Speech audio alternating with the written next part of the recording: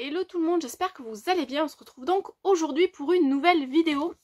Et je vais donc commencer avec Le garçon du sous-sol de Catherine Marsh. Donc c'est l'histoire de Max, notre jeune héros qui va se retrouver un petit peu chamboulé du jour au lendemain puisque ses parents décident de partir vivre en Belgique alors qu'ils sont américains.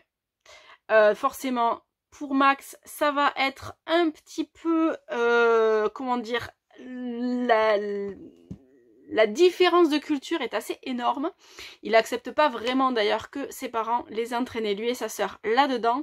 Mais il va devoir s'adapter tant bien que mal à tout ce qui se passe. Et du jour au lendemain, il va faire une rencontre qui va bouleverser sa vie.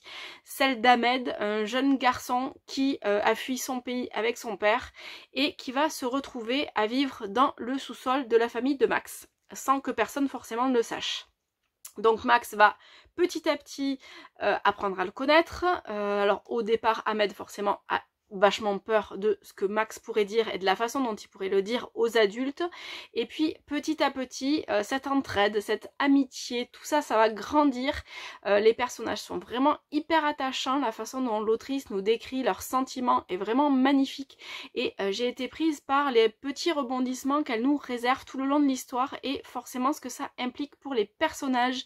J'ai adoré la façon dont Max va défendre son ami. Il va plus ou moins se lier d'amitié avec d'autres personnes qui vont elles aussi être impliquées.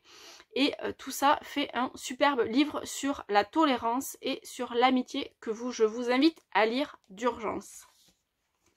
Ensuite, on va rester sur des thèmes pas très faciles, on va dire, avec Le jour où tout a basculé de Julie Buxbaum.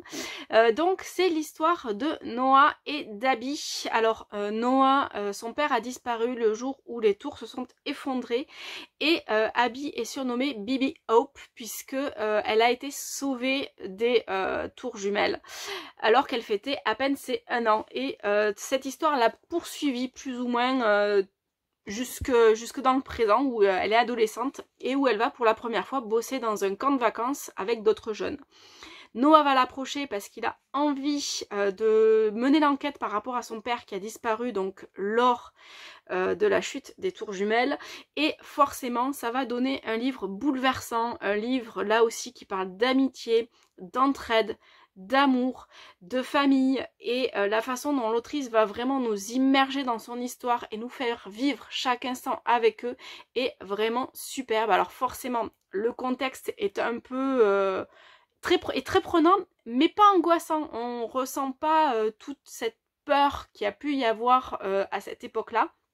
Mais on voit quand même les séquelles que ça a laissé donc plus de 16 ans après, et la façon dont les personnages vont se comporter va être vraiment sublime et j'ai adoré cette histoire. On change complètement de registre avec Unforgiven de Jake Ronover. Donc c'est un roman que j'ai lu en anglais. Évidemment, comme d'habitude, c'est donc le tome 2, je n'ai pas lu le tome 1. Mais chaque tome peut se lire indépendamment. Et donc on va rencontrer Il, notre héros, et Cody, notre héroïne. Alors ils ont un passif assez lourd, ils étaient très amis, il y a eu un problème, ils ont un peu perdu le contact jusqu'au jour où le père de Cody est assassiné et où il va revenir dans leur petite ville de Loveless pour mener l'enquête. Et forcément, ils vont se rapprocher petit à petit. Leur histoire est vraiment super bien écrite. Alors j'aime beaucoup ce qu'ils appellent les small towns, donc les petites villes et toutes les intrigues que ça fait avec chacun se mêle un petit peu de tout le monde veut tout savoir. Ça c'est un peu moi. Et du coup, c'est une romance vraiment mignonne et qui nous donne le sourire. Ensuite, je vais passer sur un registre totalement différent avec La chasse fantôme de Hermine Lefebvre. Donc, on va rencontrer Nathalie, notre héros, qui fait une bêtise, pour ne pas être plus vulgaire, et qui va, le pauvre, subir un petit peu les conséquences de son énorme bêtise, puisqu'en fait, il y a ce qu'on appelle la chasse fantôme, qui est une horde de chevaux capables d'emporter, de tuer les gens sur leur passage. Ils ont été enfermés dans un autre monde, sauf qu'il y a les méchants qui veulent les ramener dans notre monde.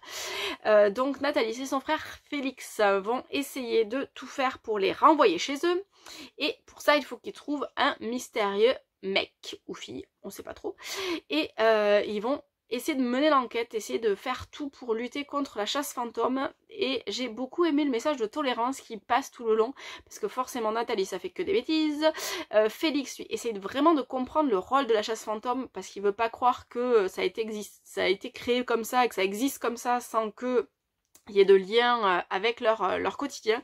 Et forcément j'ai trouvé ça super bien fait, c'est hyper addictif, le monde de l'autrice est très bien décrit, on s'imagine sans peine cette horde qui déboule et qui tue tout sur son passage, et forcément les personnages sont hyper attachants et nous font vivre chaque instant avec eux. Et j'ai beaucoup aimé la fin et tout ce qu'elle implique dans l'histoire, parce que c'est encore une fois une histoire d'amitié vraiment super bien trouvée.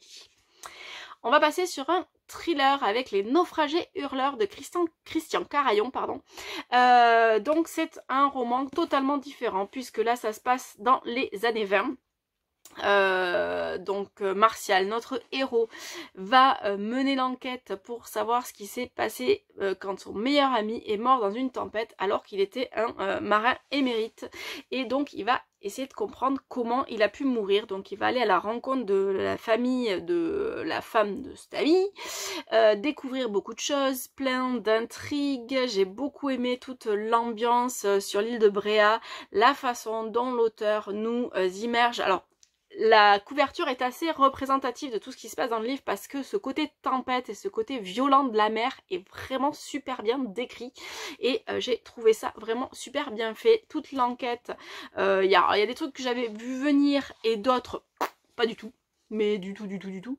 Et du coup j'ai beaucoup aimé ce côté un peu vieux mais à la fois hyper moderne, et tout ce que ça implique pour les personnages.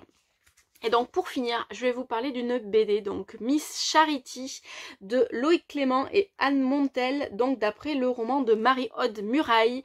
Alors je n'ai pas lu le roman, mais je suis réellement fan de cette couve, de tous les dessins, donc voilà, qui sont comme ça, de toute l'histoire, la façon dont elle nous est racontée, forcément l'envie de Miss Charity de